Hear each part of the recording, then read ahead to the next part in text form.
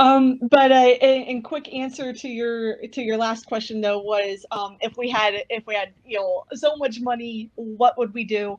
I truly think oceans are so mysterious, and so if we had the sanitary conditions, the sanitary technology, and just send like a little mini submarine down to these oceans, that would be awesome. That would be so awesome.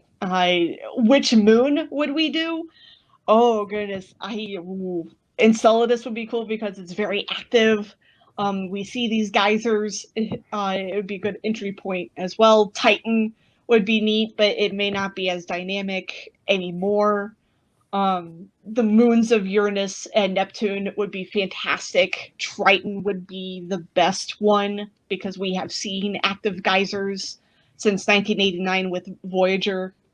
So it'd be a cross between Enceladus and Triton if we really wanted a really cool ocean one. Europa would be up there as well too.